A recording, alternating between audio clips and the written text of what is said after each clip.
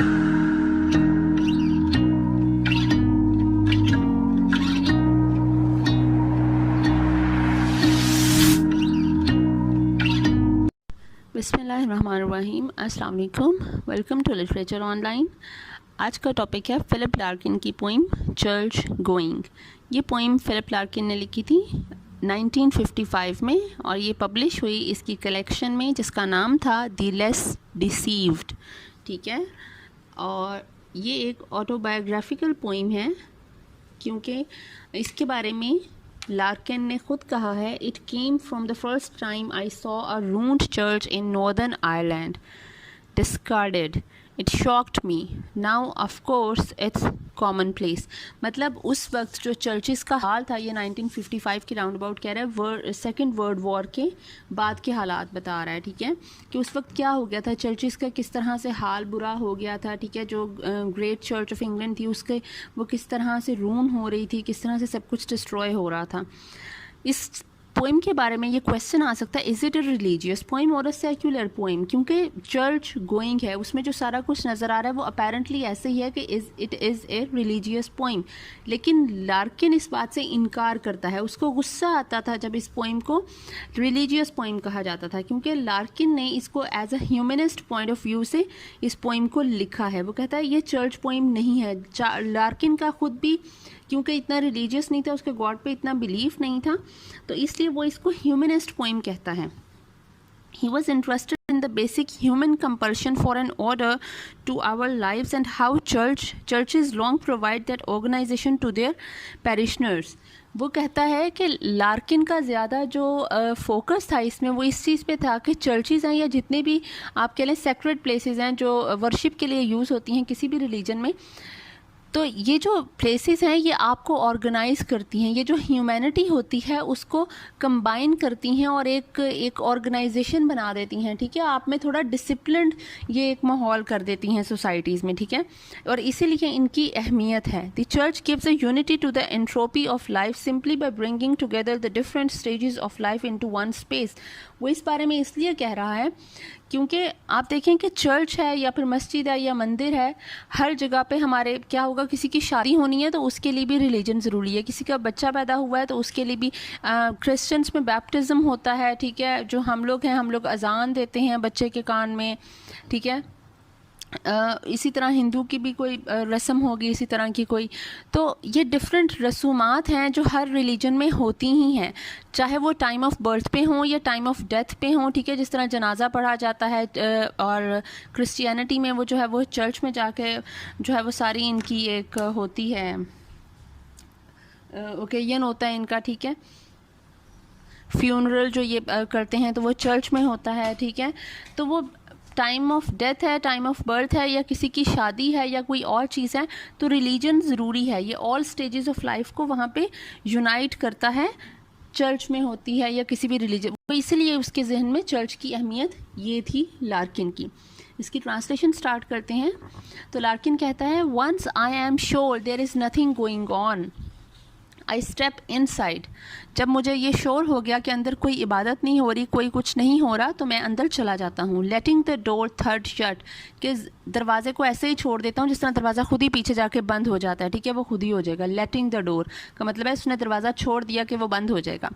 N other church, एक और church है, मतलब ये वो कह रहा है कि हर चर्च का आजकल यही हाल है। एन अदर चर्च का मतलब है कि सिर्फ एक चर्च का ये हाल नहीं है जो मैं अब बताने जा रहा हूँ, हर दूसरी चर्च का हाल अब यही है।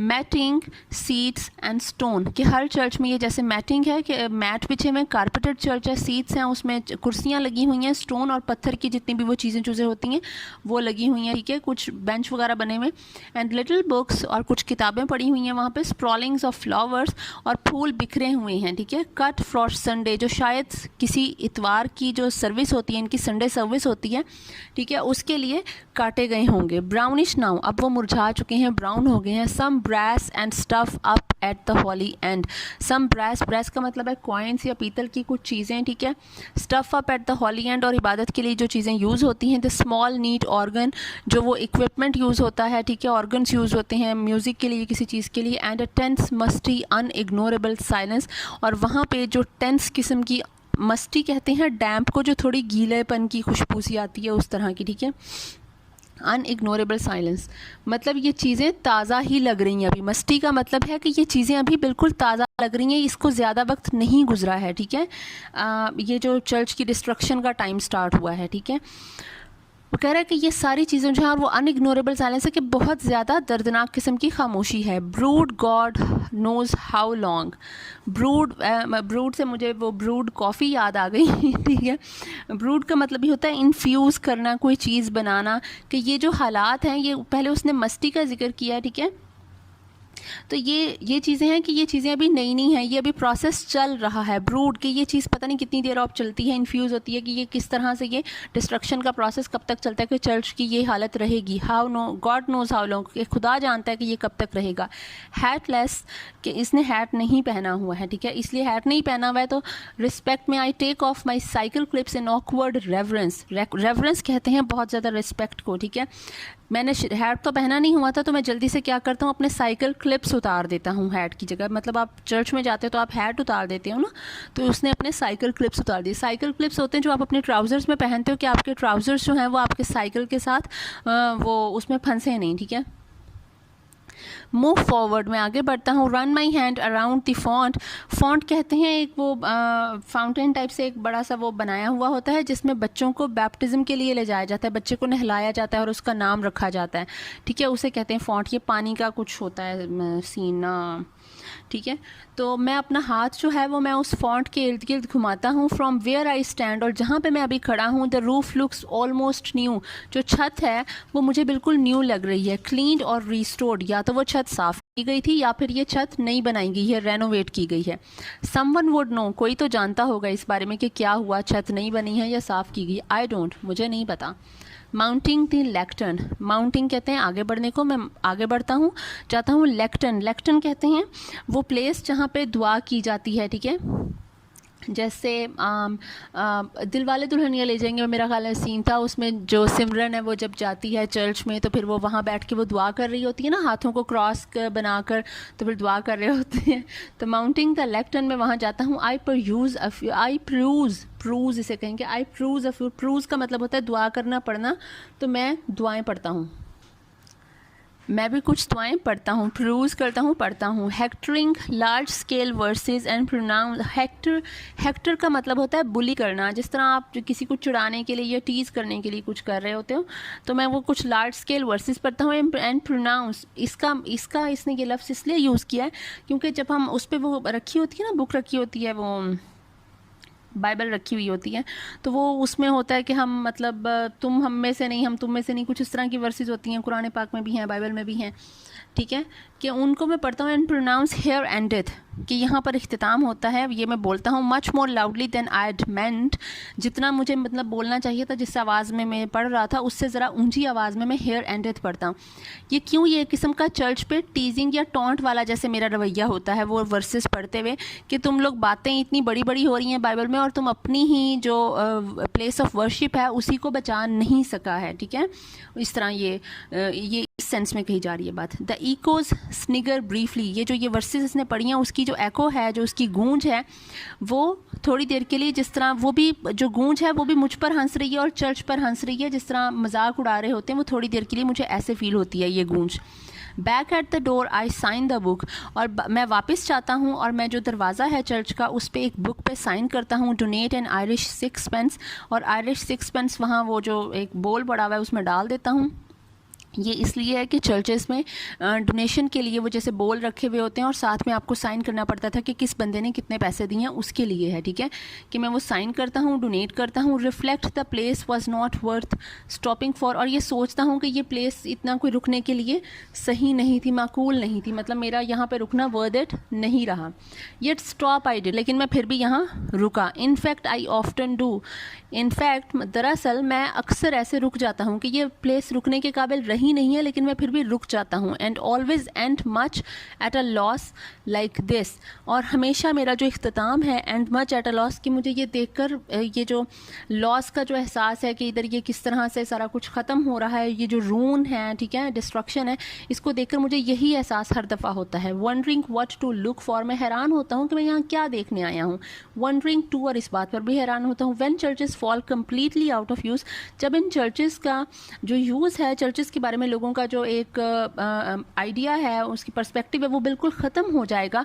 What we shall turn them into, तो फिर हम उसको चर्च को किस चीज़ में कन्वर्ट करेंगे। जैसे अगर चर्च जो है वो काबिल इस्तेमाल रहेगी नहीं, लोगों का उससे भरोसा उठ जाएगा, वो जाना ख़त्म हो जाएंगे, तो हम अब इनका क्या इस्तेमाल करेंगे। If we shall keep a few cathedrals chronically on show, क्या हम इन कुछ चर्चेस को जो है वो जिस तरह म्यूज़ियम बना देते हैं, हम क्या वो बना देंगे ऑन शो लोगों के देखने के लिए, फॉर ऑल पीपल, ठीक है, कि वो देख सकें कि ये भी कोई चीज़ थी। जिस तरह आया सोफिया जो है वो टर्की की, ठीक है, वो अब उन्होंने दोबारा से खैर मस्जिद वो बना दी है, लेकिन वो पहले वो क्या था, वो एज अ म्यूज़ियम ही लोग वो यूज़ कर रहे थे, ठीक है। देयर पार्चमेंट, और जो चर्चेज़ में आपकी जो पार्चमेंट पड़े होते हैं, जो एनिमल स्किन होती है और उस पर आपने जो मैन्यूस्क्रिप्ट लिखा हुआ होता है, ठीक है, जो रिलीजियस मैन्यूस्क्रिप्ट होते हैं सेक्रेट, वो ये जो पार्चमेंट्स हैं, इनकी जो प्लेट्स यूज़ हुई, ठीक है, and pyx in locked cases, और जो पिक्स यूज़ हैं, पिक्स कहते हैं एक बोल को कॉन्सेक्रेटेड ब्रेड जिसमें रखी जाती है। ये चर्चेज़ में कुछ बोल पड़े हुए होते हैं इस तरह, ठीक है, गोल्डन और मेटल के कुछ इस तरह से, उनको ये जो प्लेट्स होंगी, पार्चमेंट्स होंगी और जो पिक्स होंगे, क्या इनको वो शीशे के केसेस में रख दिया जाएगा, लॉक्ड केसेस में, ठीक है, इनको रख दिया जाएगा जैसे म्यूज़ियम में रखी हुई होती हैं चीज़ें, ठीक है। And let the rest rent free to rain and sheep, और बाकी जो चर्चेस बच जाएंगी उसको हम बारिश और जानवरों के लिए छोड़ देंगे, कि जानवरों के लिए वो आराम का बन जाएगी। जो स्ट्रे एनिमल्स होते हैं, ठीक है, गलियों में फिर रहे होते हैं, वो बेचारे वहाँ पे चले जाएंगे। Shall we avoid them as unlucky places, और फिर कुछ जो बाकी बच जाएंगी वो हमारे लिए ऐसे हो जाएंगी कि जिस तरह हम डर जाते हैं किसी के खंडर और वीराने में जाने से, हम लोग डर जाते हैं, ठीक है। हम अवॉइड करेंगे इस तरह की प्लेसेस को कि ये अनलकी प्लेसेस हैं, यहाँ पर जिन भूत रहते हैं, ठीक है, तो हमें यहाँ पे नहीं जाना चाहिए इन खंडरात में। और after dark will dubious women come, और वहाँ पे शायद डार्क में जब अंधेरा हो जाए, डूबियस वेमेन, कुछ वहमी औरतें, कुछ शक्की औरतें जो उल्टे कामों में पड़ जाती हैं, ठीक है, वो आएँ वहाँ पे, to make their children touch a particular stone, जो अपने बच्चों को वो इसलिए आए कि जैसे बच्चे को कोई बीमारी होती है या फिर किसी के यहाँ बच्चा पैदा नहीं हो रहा होता तो कहा जाता है कब्रिस्तान में चले जाओ, यहाँ चले जाओ। ये जो ड्रामों में दिखाते हैं जादू, काला जादू, पता नहीं क्या क्या कर रही होती हैं, तो वो बिल्कुल वो वैसे ही कह रहा है कि कुछ औरतें आएंगी और वो इसलिए कि कुछ उनका बच्चा किसी चीज़ को टच कर लेगा तो उनको जो है वो बीमारी ठीक हो जाएगी, in all that. Pick simples for a cancer, simples के कोई प्लांट या हर्ब इकट्ठा करने आई हो जो कैंसर की ट्रीटमेंट के लिए यूज़ होता हो। कोई कह दे बाबा नजूमी, ठीक है, आमिल नजूमी कि ये प्लांट वहाँ से लेकर आना और तुम्हारा ये जो कैंसर है इसकी ट्रीटमेंट हो जाएगी, मतलब कीमो नहीं करवानी है और तो वो जड़ी बूटी जो है वो इस्तेमाल करवा देनी है, ठीक है। और on some advised night see walking a dead one, या फिर कोई आपसे जिस तरह कहते हैं कि तुम वहाँ पे जाओ और ये अमल करना है और वहाँ पे तुम्हें तुम्हारे चाहने वाले जो हैं वो उसकी रूह आ जाएगी, तुमसे मिलेगी, इन ऑल दैट, तो तुम किसी मरे हुए को देखने चले जाओ कि वो वहाँ से तुम्हें मिलेगा। पावर ऑफ सम सॉर्ट और other will go on in games in riddle seemingly at random, वो कह रहा है इस तरह की जो चीज़ें हैं, पावर ऑफ सम सॉर्ट, ये जो जादू हैं, ये जो इस तरह के अमल हैं, ये जो इस तरह के जो यकीन होते हैं, तोहमात होती हैं, सुपरस्टिशंस होती हैं, ये चलती रहेंगी इन गेम्स में, रिडल्स में, पहेलियों में, सीमिंगली एट रैंडम, या ऐसा ही। But superstition like belief must I, देखिए सुपरस्टिशन जो होती है वो जो तोहमात होती हैं कि हम इन चीज़ों पे यकीन कर लेते हैं, ठीक है, कि काली बिल्ली ने रास्ता काट दिया तो गलत हो जाएगा, ठीक है, दूध बॉयल हो गया तो शायद कुछ गलत हो जाता है, बैड ओमेंस या गुड ओमेंस आप कह लें, कि ये सुपरस्टिशंस होती हैं, ये कब जन्म लेती हैं हमारे, हम इन पे कब यकीन करना शुरू करते हैं, जब हमारा फेथ जो है, हमारा जो रिलीजन पे हमारा जो फेथ होता है, हमारा जो बिलीफ है वो ख़त्म हो जाता है, ठीक है। वो कह रहा है जब बिलीफ ख़त्म होता है तो सुपरस्टिशन जन्म लेती है, लेकिन जैसे बिलीफ ख़त्म हुआ सुपरस्टिशन मस्ट डाई, सुपरस्टिशन को भी वैसे ही मरना चाहिए, मतलब सुपरस्टिशन भी ख़त्म होनी चाहिए। And what remains when disbelief has gone, और वो कह रहा है जिस दिन सुपरस्टिशंस भी ख़त्म हो गई उस दिन सोचो क्या होगा। Grass, weedy pavement, brambles, buttress, sky, कि ये जो जगह हैं इन पे सिर्फ क्या रह जाएगी, ग्रास रह जाएगी, जड़ी बूटियाँ, ये जो वीडी पेवमेंट्स जो हैं, मतलब ये रास्ते जो हैं वो इन जो खुद ही उग जाती है, नेचुरल जो होती हैं, ठीक है, उनसे भरी होगी, ठीक है। और ये जो बटरेस हैं ये कहते हैं जो पिलर्स होते हैं जो वॉल की सपोर्ट के लिए लगाए जाते हैं, ठीक है। ये बस वो पिलर्स रह जाएंगे और आसमान के ये बस यही कुछ ही रह जाएगा, इसकी और कोई कदर औकात नहीं रहेगी। A shape less recognisable each week, वो कह रहा है ये जो चर्चेज हैं हर हफ्ते के साथ विद एवरी पैसिंग डे ये अपनी शेप, अपनी वर्थ, अपनी वैल्यू ख़त्म होती जा रही है इनकी। अ पर्पस मोर ऑब्सक्योर, इनका जो मकसद है वो मजीद जो है वो ऑब्सक्योर हो रहा है, ठीक है, कॉम्प्लिकेट हो रही हैं चीज़ें कि लोगों को इनकी वर्थ पता नहीं चल रही। I wonder who will be the last, the very last to seek this place for what it was. कर मैं हैरान हूँ, मैं सोच रहा हूँ कि कौन वो आखिरी शख्स होगा जो इस जगह पे इसलिए आएगा क्योंकि वो चर्च की कदर को जानता होगा, मतलब चर्च को चर्च समझते हुए आएगा, प्लेस ऑफ वर्शिप।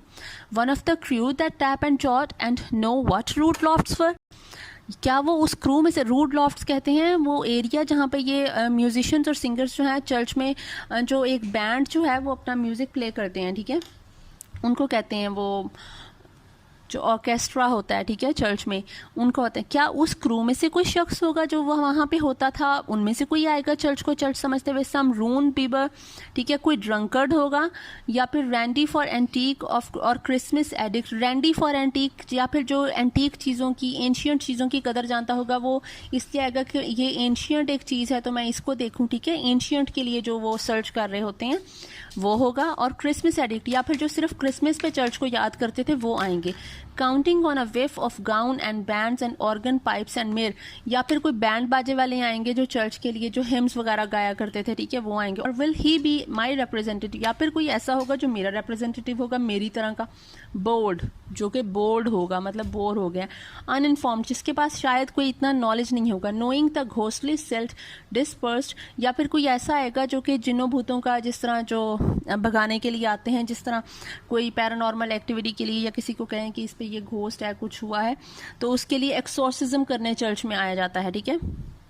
एक्सोर्सिज्म कहते हैं जो आपके अंदर का भूत निकालना होता है, भगाना होता है। ये पाकिस्तान में मार पीट के भगा रहे होते हैं। तो क्रिश्चियनिटी में हमने ये पैरानॉर्मल एक्टिविटी और काफ़ी सारी मूवीज़ इस तरह की देखी है ना, वो चर्च में वो क्रॉस और वो बाइबल और वो पानी जो है वो उसमें वो कर रहे होते हैं स्प्रे, ठीक है, तो वो करने के लिए कोई आएंगे। Yet tending to this cross of ground through सब scrub because it held unspelled, या फिर कोई इस तरह so long and equably what sense is found, ये tending to this cross of ground, कि ये जो इस ग्राउंड में कोई इस तरह से आएंगे through suburb scrub because it held unspelled, कोई इस तरह के लोग जो कोई खोज लगाने आते हैं, जो कुछ किसी सर्च के लिए आ रहे हैं, किसी तलाश के लिए आ रहे हैं, ठीक है, या वो लोग होंगे जो किसी तलाश में किसी मकसद के लिए आ रहे हैं। so long and equally what sense is found only in separation, वो कह रहा है कि इस जो जगह है इसको इतने अरसे से, जब से ये चीज़ बनी है, सेंस इज फाउंड, तब से ये किस मकसद के लिए यूज रही? ऑनली इन सेपरेशन, डिवोर्स के लिए, मैरिज के लिए, बर्थ के लिए, पैदाइश के लिए एंड डेथ के लिए, ये इन्हीं चीज़ों के लिए तो यूज़ हो रही है। और इसका यूज़ क्या किया है लोगों ने चर्च का?